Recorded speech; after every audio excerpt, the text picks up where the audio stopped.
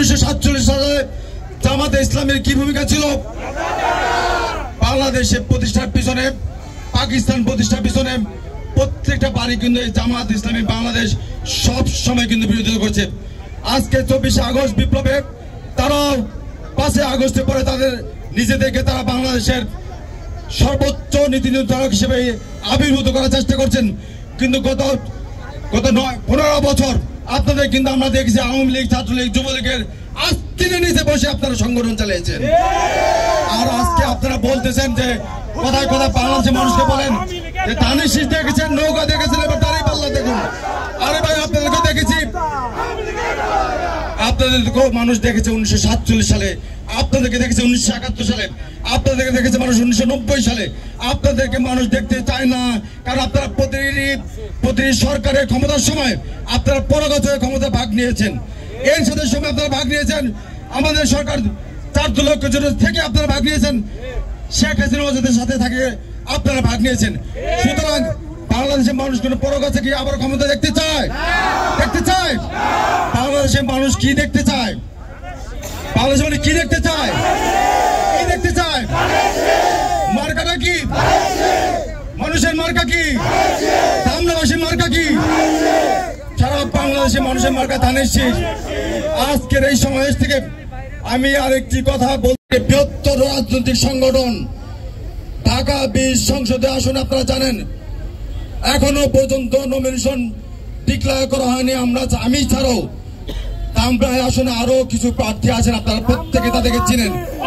আমি বলতে চাচ্ছি না যে বাংলাদেশ জাতীয় দল বিএনপির ভারপ্রাপ্ত চেয়ারম্যান দেশ নায়ক জনাব তারেক রহমান আমাকে এই নমিনেশন দেবে। আমি বলতে চাই না ঢাকা আরিচা মহাসড়ক অবরোধ করবো, কিংবা আমি বলতে চাই না ধামরাই গজল করে দেবো। শুধু একটি কথা বলবো, বাংলাদেশ জাতীয় দল বিএনপির ভারপ্রাপ্ত চেয়ারম্যান দেশ নায়ক জনাব তারেক রহমানের প্রতি আস্থা, বিশ্বাস, ভালোবাসা নিয়ে দীর্ঘদিন রাজনীতি করে আসছি।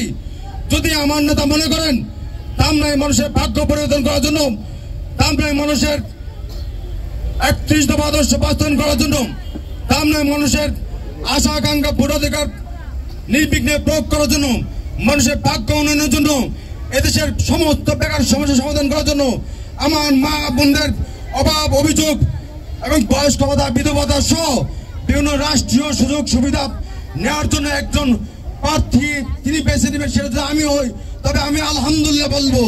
এবং যদি এই দল আমাকে না দিয়ে আমার যে যোগ্য দল কাউকে প্রতিনিধি দল মনে করে তার কাছে ধানের শীষ প্রতীক নিরাপদ, তবে আমি আমার এই সমস্ত নেতাকর্মীদের সামনে রেখে ওয়াদা করছি ঢাকা আরিচা মহাসড়ক অবরোধ নয়, ঢাকা আরিচা মহাসড়ক থেকে ধানের শীষের মিছিল নিয়ে ইনশাল্লাহ সেই প্রার্থীর পক্ষে আমাদের শত শত নেতাকর্মী, লক্ষ লক্ষ নেতাকর্মী বিজয়ী ঝান্ডা নিয়ে ইনশাল্লাহ ত্রয়োদশ জাতীয় সংসদ নির্বাচনের মাধ্যমে বাংলাদেশ জাতীয় সংসদে আমাদের যে প্রার্থীকে প্রতীক দেবেন সেই প্রার্থীর সাথে আমাদের মানুষের ভাগ্য তার হাতে সমর্থ করে আমরা জাতীয় সংসদে আমাদের নেতাকে পাঠাবো এবং তার মাধ্যমে ধামরাইবাসীর সমস্ত উন্নয়ন পরিকল্পনা বাস্তবায়ন হবে।